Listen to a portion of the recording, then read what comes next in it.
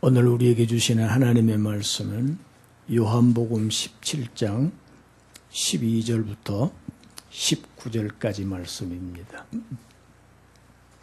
요한복음 17장 12절부터 19절까지 말씀을 합독하겠습니다.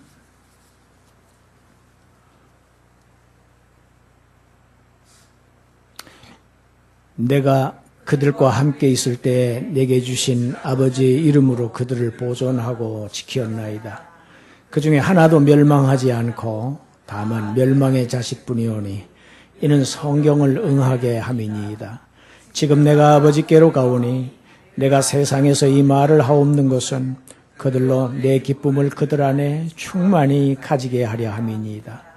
내가 아버지의 말씀을 그들에게 주었사오며 세상이 그들을 미워하였사오니 이는 내가 세상에 속하지 아니함 같이 그들도 세상에 속하지 아니함으로 인함이니이다. 내가 비옵는 것은 그들을 세상에서 데려가시기를 위함이 아니요 다만 악에 빠지지 않게 보존하기를 위함이니이다.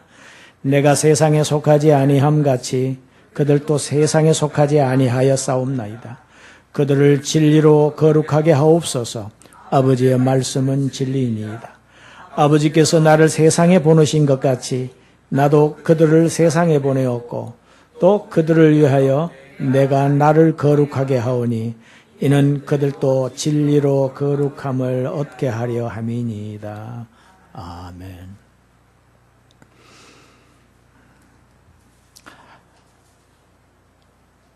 요한복음 10장 11절에서 예수님은 나는 선한 목자다 그렇게 말씀하셨습니다. 요한복음에 나는 무엇이다 하는 표현이 몇 가지가 있다고 했지요, 제가?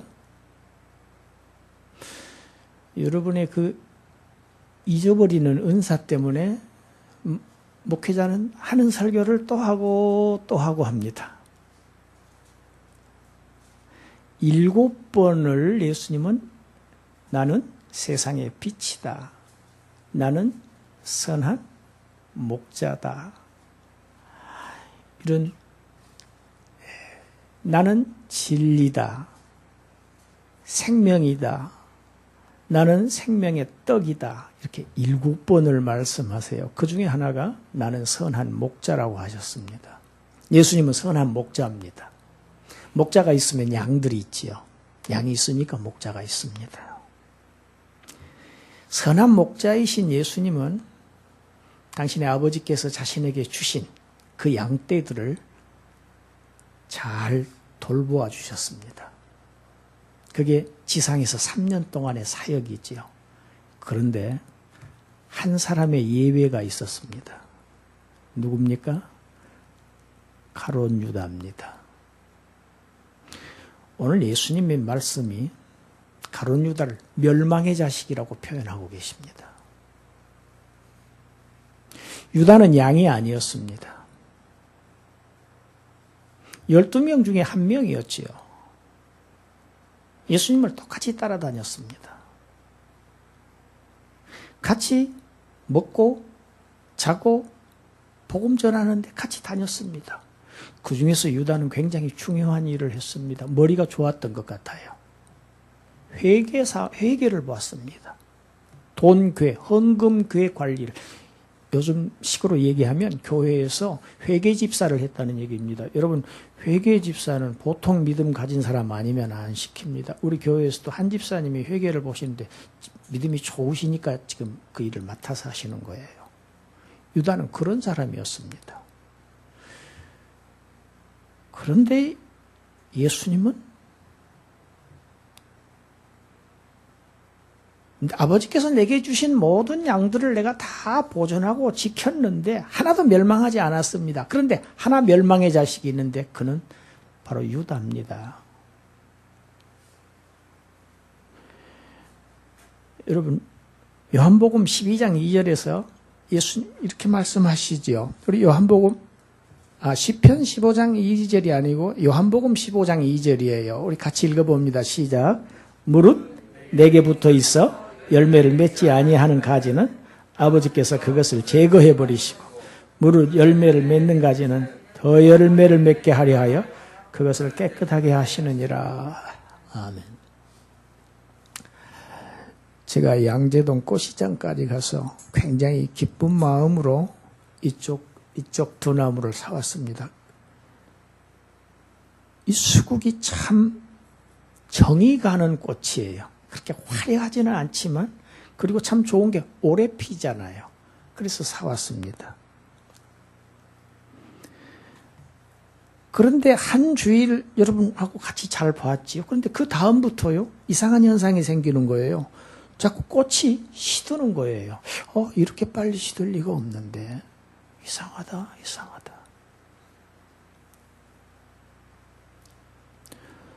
제가 너무 안타까워서 이 팔았던 가게 양재동까지는 못 갔지만 다른 화원회를 가봤습니다. 그러니까 이게 있더라고요. 이런 나무가, 이 수국이 있어. 제가 물어봤습니다. 아니, 수국이 왜 시들지요? 사다 놨는데 금방 시들어요. 그랬더니는 잘 관리를 잘못 하셨지요. 그러더라고요. 어떻게 합니까? 그랬더니 가만히 물어봤더니요. 꽃이 날마다 피기 때문에 물을 날마다 줍니다. 저희들도 그러더라고요. 화원 안에 있는 그 나무들에게 날마다 꽃이 피는 것들은 날마다 물을 준대요. 그러면서 제가 보는 가운데서 작은 수국 하나를 이렇게 들더니 물속에다 풍덩 집어 넣는 거예요, 아예. 물을 관리를 잘못했구나. 그런데 어쩝니까? 한 4송이, 5송이는 이미 시들었어요. 그대로 제가 두고 볼까요? 아닙니다. 제가 잘랐습니다. 그건 잘라줘야 됩니다. 농부는 살아있는 가지로 하여금 더 많은 충실한 열매를 맺게 하기 위해서 죽은 가지를 잘라냅니다. 이게 농부가 하는 일입니다. 우리 시편 109편 4절부터 13절까지 말씀을 다시 한번 읽어봅시다. 시작. 나는 사랑하나 그들은 도리어 나를 대적하니 나는 기도할 뿐이라.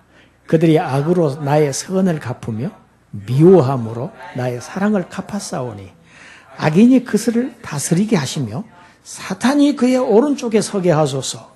그가 심판을 받을 때 죄인이 되어 나오게 하시며 그의 기도가 죄로 변하게 하시며 그의 연수를 짧게 하시며 그의 직분을 타인이 빼앗게 하시며 그의 자녀는 고아가 되고 그의 아내는 과부가 되며 그의 자녀들은 유리하며 구걸하고 그들의 황폐한 집을 떠나 빌어먹게 하소서.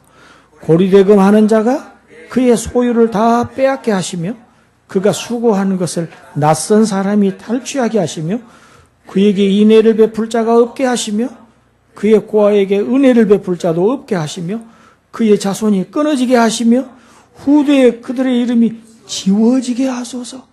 여러분, 시편에 이런 저주의 시가 있습니다. 의외죠. 시편은 다 축복의 시편이고 하나님께서 우리를 축복하는 시편이라고만 알고 계시죠. 아닙니다.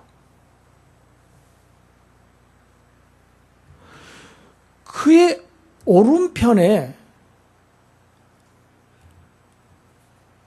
사탄이 서게 해주세요. 심판대에 죄인이 죄인으로 나타나게 해주세요. 세상에서 오래 살지 못하게 해주세요. 그가 맡았던 직분을 타인이 빼앗게 해주세요. 그 후손들이 전부 고아가 되고 그의 처는 과부가 되고 그 후손들을 아무도 그 후손들에게 은혜를 베풀지 못하게 저주를 받게 하여 주세요. 여러분, 이 시편 109편을요, 옛 교부들은 유다의 시편이라고 불렀습니다. 이거 지금 유다를 한 얘기입니다.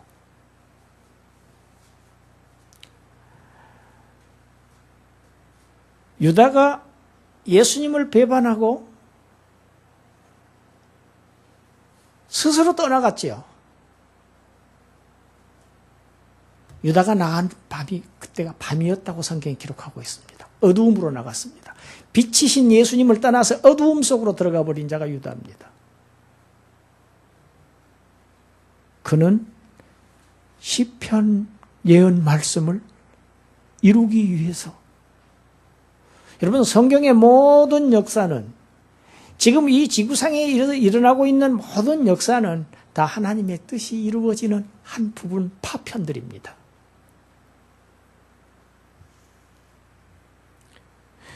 농부는 죽은 가지를 잘라야 합니다. 이것이 농부의 하는 일입니다. 왜 그렇습니까? 살아있는, 그래야 양분이 살아있는 가지로 가지요. 그래서 열매를 충실하게 맺을 수 있습니다.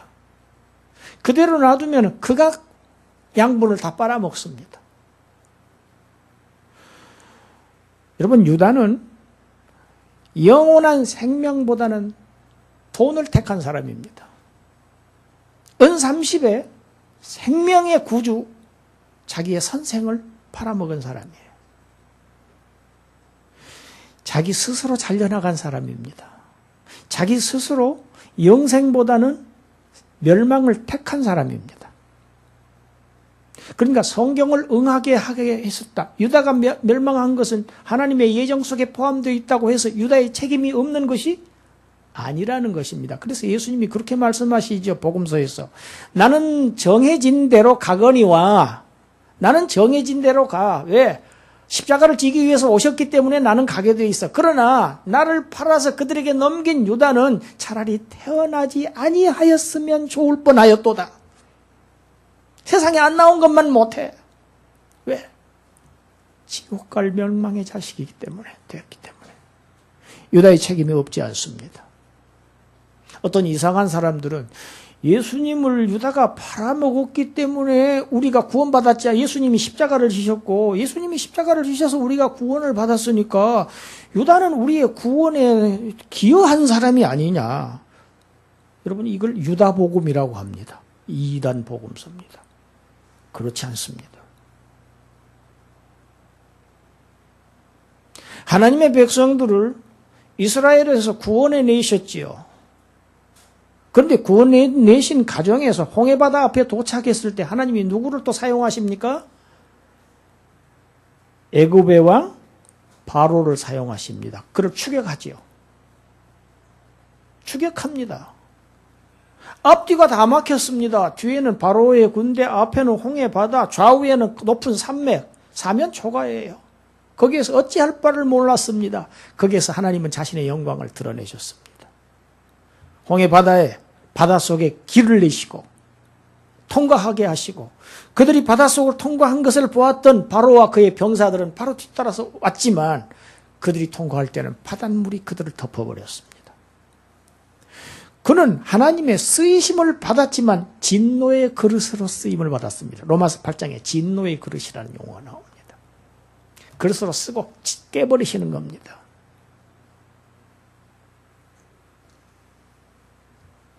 여러분이 이 시대에도 나의 영원한 운명과 돈을 맞바꾸는 사람들이 얼마나 많습니까?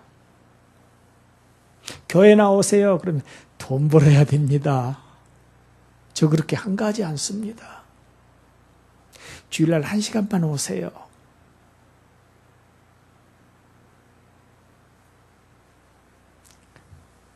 저 돈 벌어놓고 갈게요. 여러분, 이 세상에서 돈이 신입니다. 돈이 하나님입니다. 이게 우상숭배입니다. 가룟 유다가 따로 없습니다. 자기의 영원한 운명과 이 현실의 이 만몬, 부, 돈, 이것과 맞바꾸는, 이거 유다와 똑같은 행위들입니다.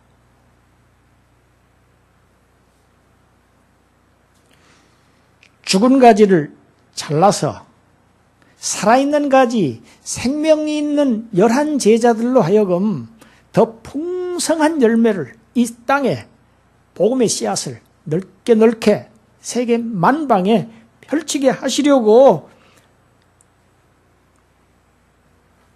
죽은 가지와 산 가지를 분리하는 것, 나누는 것, 이것을 거룩이라고 합니다. 거룩이라는 것은 분리를 의미합니다. 구별하는 것을 의미합니다. 여러분, 제자들은 거룩하게 구별된 사람들입니다. 할렐루야. 농부는 풍성한 수확을 기대하면서 땀 흘리고 수고하고 애씁니다. 고된 일을 합니다. 인내합니다. 그러면서도 기쁨으로 일을 할 수 있습니다. 왜 그럴까요? 풍성한 수확을 바라다 보기 때문입니다. 시편 우리 126편을 한번 같이 읽어보죠. 126편 5절 6절입니다. 같이. 눈물을 흘리며 씨를 뿌리는 자는 기쁨으로 거두리로다. 울며 씨를 뿌리러 나가는 자는 반드시 기쁨으로 곡식단을 가지고 돌아오리로다. 할렐루야. 울며 씨를 뿌리러 나가는 자는 반드시 기쁨으로 풍성한 수확을 가지고 돌아오게 하신다, 하나님이. 여러분, 이건 하나님의 약속입니다.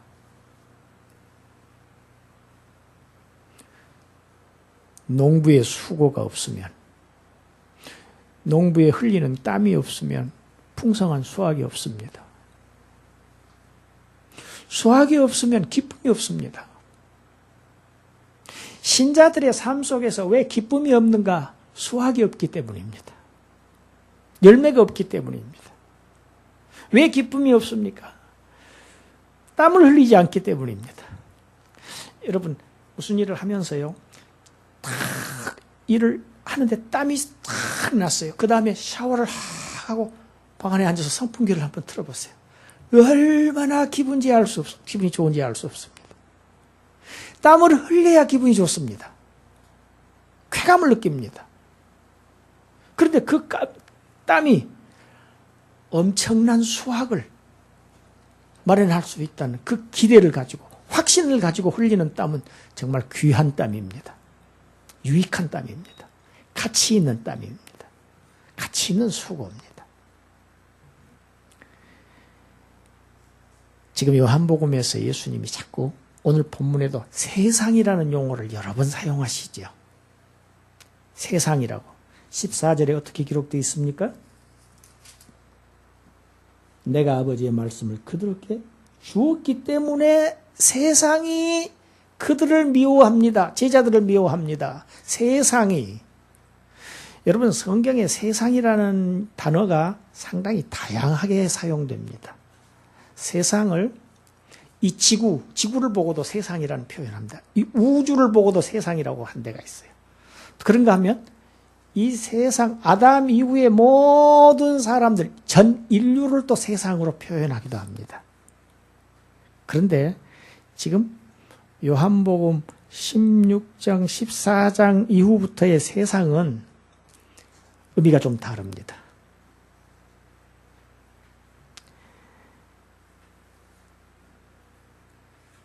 예수님께서 세상이 너희를 미워할 것이다. 그러나 세상이 너희를 미워하면 너희보다 먼저 나를 미워한 줄 알아라 하고 15장에서 말씀하셨습니다. 세상은 예수님을 미워했습니다. 여러분, 예수님을 미워하는 것은 누굴까요? 하나님을 대적하는 세력입니다. 세상이 너희를 미워하면 너희보다 먼저 나를 미워한 줄 알아라. 너희가 세상에 속하였다고 하면 세상이 너희를 사랑하였을 것이다. 그러나 너희는 내가 세상에서 너희를 택해서 내게 속하게 했기 때문에 세상이 너희를 반드시 미워하게 되어 있다. 그렇게 요한복음 15장 18절 19절에서 말씀하셨어요. 여러분, 인류의 조상 한 사람, 아담을 통해서 아담의 저 모든 후손들은 다 사탄의 지배하에 꼼짝없이 매어서 종노릇하는 그러한 신세로 전락하고 말았죠. 그게 세상입니다. 이 세상을 완전히 자기의 손아귀에 놓고 지배하고 장악한 세력, 이걸 세상 임금이라고 성경은 표현하고 있습니다. 마귀, 옛뱀, 사탄입니다. 예수님은 왜 오셨습니까? 왜 보내심을 받았습니까? 세상에 오셔서 그 옛뱀, 마귀, 사탄의 세력을, 그 왕국을 완전히 파멸시킴으로 인해서 거기에 매여서 사망에 매여서 종노릇하고 있는, 신음하고 있는 그런 사람들을 해방시켜 주시려고 오셨어요. 그러니까 사탄이 예수님을 박수치겠습니까? 사탄에게 속해 있는 자들이 예수님을 영접할 리가 없지요. 환영할 리가 없습니다. 예수님은 오면서부터 미움을 받았습니다. 출생 때부터 헤롯이 죽이려고 쫓아다녔습니다. 출생부터 십자가에 달려서 죽음을 맞이하시기까지 항상 죽음이 예수님을 따라다녔습니다. 그게 예수님의 지상의 생애였습니다. 그러니까 오늘 본문에서 미워한다는 단어는 단순히 미워한다는 감정만을 얘기하는 게 아닙니다. 그를 대적하고 적대시하고 죽이려고 하는 것을 지금 미워한다는 것입니다. 그 내용은 그런 내용입니다. 우리는 그냥 너희를 미워한다 그러면 안 좋아한다 그런 개념이 아니에요. 죽이려고 한다는 겁니다. 멸망시키려고 한다는, 그게 예수님의 생애입니다. 여러분, 사탄은 어떻게 보면 승리한 것 같았죠. 예수님을 죽였습니다. 모든 사람들이 다 환호했습니다. 우리가 이겼다. 우리가 승리했다. 그러나 주님은 패배가 아니죠. 십자가는 패배가 아닙니다. 그 예수님의 십자가의 죽음을 통해서, 부활을 통해서 사망의 권세를 멸하신 우리 주님은 요한복음 16장 마지막 절에서 뭐라고 말씀하십니까? 내가 세상을 이기었노라 하고 선언하셨습니다. 할렐루야. 내가 세상을 이겼다. 십자가에서 죽음을 통해서 죽음의 세력을 멸하셨어요. 이게 기독교의 역설이고 기독교의 복음 아닙니까? 죽었지만 다시 살아나셨다. 죽음의 권세를 깨뜨리시고, 여러분, 죽었다가 다시 살아난 사람이 인류의 역사 가운데서 단 한 사람도 없습니다. 어느 누가 죽었다고 다시 살아난 사람이 있습니까? 혹시 그런 비슷한 사람이 있으면 그 사람은 기절했다가 살아난 거예요. 완전히 죽었다가 장사 3일 동안 땅속에 묻혔다가 살아난 사람은 한 사람밖에 없습니다. 예수 그리스도입니다. 그는 죽음의 권세를 극복하신 분입니다. 멸망시키신 분입니다. 뱀의 머리를 상하게 하신 여자의 후손 예수 그리스도는 내가 세상을 이기었노라. 내가 세상을 이겼다. 그러니까 세상에서는 너희가 환난을 당하고 세상은 너희를 미워하고 너희는 환난을 당할 것이야. 때로는 죽임을 당할 수도 있어. 그러나 담대하라. 왜? 내가 세상을 이기었기 때문에 너희들도 이긴 것이다. 할렐루야. 주님의 승리는 우리의 승리입니다. 주님의 승리가 우리의 승리예요. 예수님을 대적하고 영접하지 않고 예수님을 죽였던 이 세상은, 세상의 임금이 사탄이 지배하는 이 세상, 사탄과 그의 추종자들은 이제 예수님에게 했던 것과 똑같이 제자들에게 이제 할 것입니다. 똑같이 할 것입니다. 왜? 예수님이 세상에 속한 분이 아니었듯이 예수님을 따르는 무리들, 제자들 역시 세상에 속한 존재가 아니기 때문에 세상은 미워하게 돼 있어요. 미워하는 것이 너무나도 당연합니다. 여러분, 참 성도들은요, 세상으로부터 미움을 받게 되어 있습니다. 한통속이 될 수가 없어요. 하나님의 말씀을 받은, 예수님으로부터 하나님의 말씀을 받은 제자들은 세상에 살고는 있지만 세상 사람들과는 정반대의 진영에서 살고 있는 사람들입니다. 전 반대되는 진영입니다. 예. 이제 제자들을 대적하고 죽이려고 들 것입니다.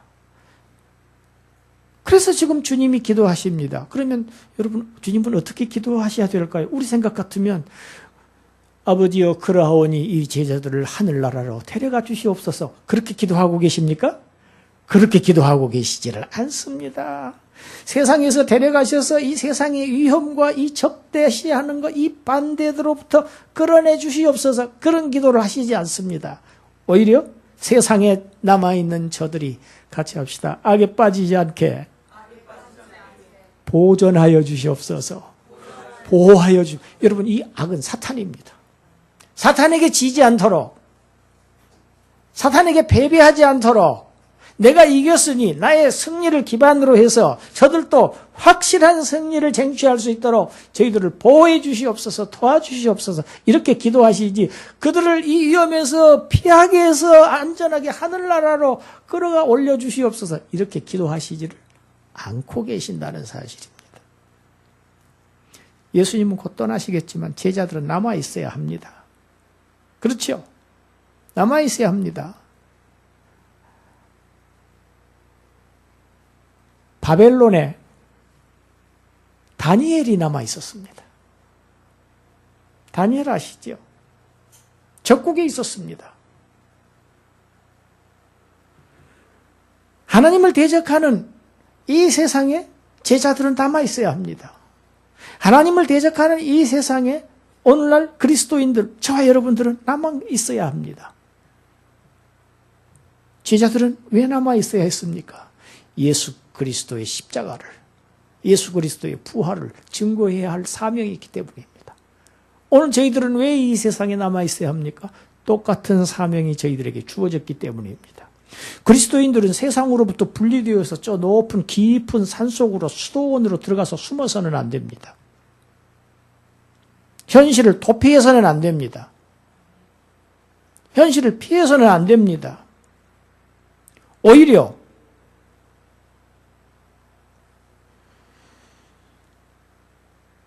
타는 불못불 가운데서도 안전하게 다니엘을 지켜주셨던 그 다니엘의 하나님께서 내가 세상 속에서 예수 그리스도를 전파할 때, 전파하는 한 나를 안전하게 지켜주실 것이라는 확고한 믿음을 가지고 오히려 세상으로 진격해 들어가야 한 우리는 주님의 군사들이기 때문입니다. 군사입니다. 이것이 그리스도인의 사명이고 교회의 본분입니다. 이것이 존재하는 이유가 됩니다. 예수님은 이 세상에 오시자마자 사탄에게 시험 받으셨죠. 높은 곳으로 끌고 올라가서 너 내게 엎드려 경배 절 한 번만 하면 천하만국과 영광을 다 내게 주겠다. 너 그렇게 천하만국을 얻기 위해서 십자가의 고난을 받을 필요가 없어. 죽지 마.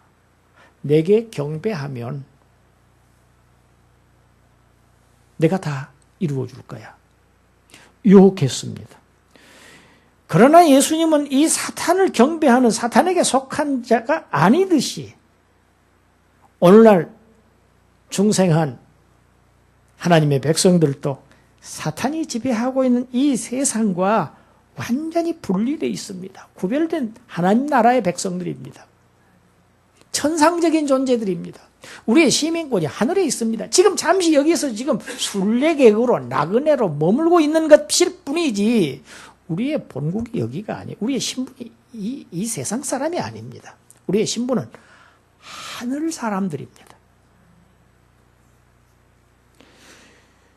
저들을 보존하여 주시옵소서 하고 기도하셨던 주님이 이에 두 번째 기도는 뭡니까? 그들을 진리로 거룩하게 하옵소서. 성화를 위한 기도를 합니다. 그들을 진리로 거룩하게 하여 주시옵소서. 여러분, 거룩이라는 건 뭡니까? 거룩이라는 거는 하나님을 섬기고 예배하기 위해서 이렇게 따로 아주 이 세상으로부터 구별하는 것을 거룩이라고 합니다. 구별된 것이 거룩한 겁니다. 성도들은 예수 그리스도의 고귀한 희생을 통해서 이 세상으로부터 거룩함을 얻은 구별된 무리들입니다. 이걸 구원이라고 하죠. 구별된 무리들입니다. 세상의 죄와 세상의 가치관과 세상의 목적과는 구별된 성화의 길을 걸어가고 있는 사람들입니다. 그 길의 종착점이 하나님 나라입니다. 우리의 나라입니다. 여러분, 우리가 진리신 하나님의 말씀을 우리의 삶 속으로 끌어들여서 그것을 우리의 삶에 적용하고 그 말씀을 실천할 때에 우리의 삶이 하나님을 향하게 되고 우리의 삶이 변화하게 되고 하나님을 영화롭게 하는 성화의 길을 걷게 됩니다.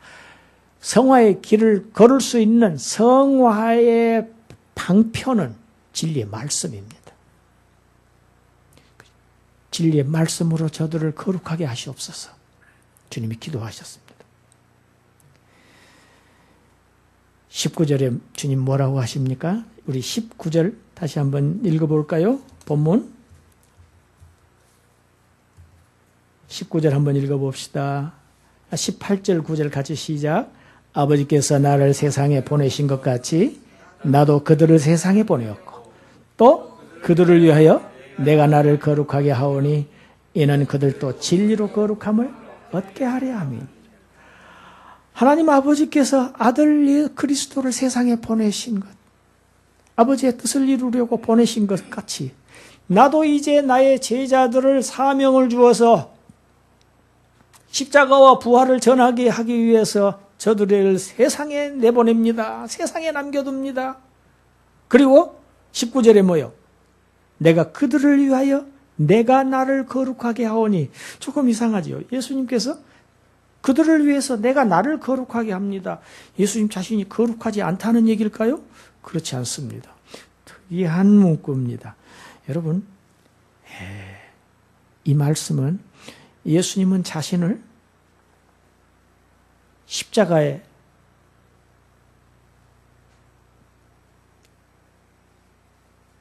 내놓으셨죠. 십자가에서 죽으셨죠. 이 예수님은 거룩한 하나님의 속죄제의 제물 어린 양으로 들이신 바 되었습니다. 헌신되었죠. 여러분, 구약의 짐승으로 제사를 드렸죠. 짐승들은, 그 제물들은 다 흠이나 점, 조그마한 흠결이라도 없었어야 했습니다. 거룩해야 했습니다. 우리의 어린 양 예수 그리스도는 죄를 알지도 못하시는 분입니다. 그런데 그분이 자신을 보존하신 것이 아니고 자신을 버리셔서 자신을 제물로 하나님 앞에 드리신 것입니다. 거룩한 제물로 바쳐진 것입니다. 이것을 내가 나를 거룩하게 했다는 의미입니다. 내가 내 자신을 거룩한 제물로 십자가에 바쳐서 속죄 제사를 드렸습니다. 이 의미입니다. 그 이유가 무엇이라고요? 그 이유가요? 그들도 진리로 거룩함을 얻게 하려고. 내가 십자가에 드려져서 하나님께 헌신했던 것처럼 그들도 나와 같이 나를 본받아서 복음을 위해서 하나님께 헌신되어지기를 바라면서 자신을 십자가에, 그 목적을 가지고 십자가에 헌신하셨다는 얘기입니다. 여러분, 주님은 제자들을 헌신시키기 위해서 죽으셨습니다. 이 말씀은 11 제자에게만 국한되는 말씀이 아닙니다. 오늘날 제자된 저와 여러분들에게도 똑같이 적용되는 말씀입니다. 예수님은 하나님의 보내심을 받았습니다. 제자들은 주님의 보내심을 받았습니다. 세상에 남겨졌습니다. 오늘 세상으로 보내심을 받은 자들이 바로 오늘 성도들입니다. 모든 그리스도인들입니다.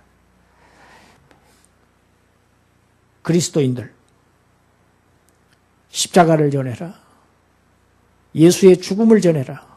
예수의 부활을 전해라. 그런 거룩한 사명을 받고 그 거룩한 사명을 위해서 거룩한 헌신을 하도록 이 세상에 뿌려진 씨앗들입니다.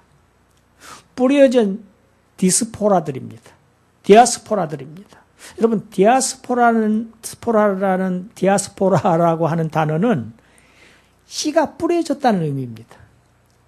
흩어 뿌려진 겁니다. 여러분, 세상에 흩어져 있는 모든 그리스도인들, 씨앗들입니다. 자, 각자 있는 곳에서 생명의 역사가 나타나야 합니다. 그것이 사명입니다. 주님을 따라서, 주님이 가셨던 이 길 따라서, 사도들이 갔던 이 길을 따라서 우리도 이 영광스럽고 거룩한 사명을 위해서 희생하고 거룩하게 헌신하는 그러한 여러분들이 되시기를 축원합니다. 그런 교회가 되기를 주님께 기도합니다. 기도드리겠습니다. 하나님, 주님은 우리를 위해서 죽으셨지만 우리는 주님을 위해서 죽을 수도 없고, 주님은 우리를 죽기까지 사랑하셨지만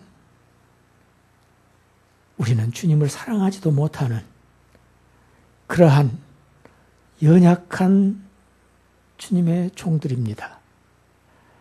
그러나 우리의 연약하고 부족함을 너무도 잘 아시는 주님, 오늘도 이 진리의 말씀을 통해서 우리를 거룩하게 하셔서 하나님 나라를 향해서 내가 세상을 이겼나라고 선포하신, 승리를 선언하신 우리 주님의 승리를 우리의 승리로 삼아서 이 세상으로 진격해 들어가 복음을 전하는 십자군의 역할을 감당할 수 있도록 주님, 우리를 진리로 거룩하게 하여 주시옵소서.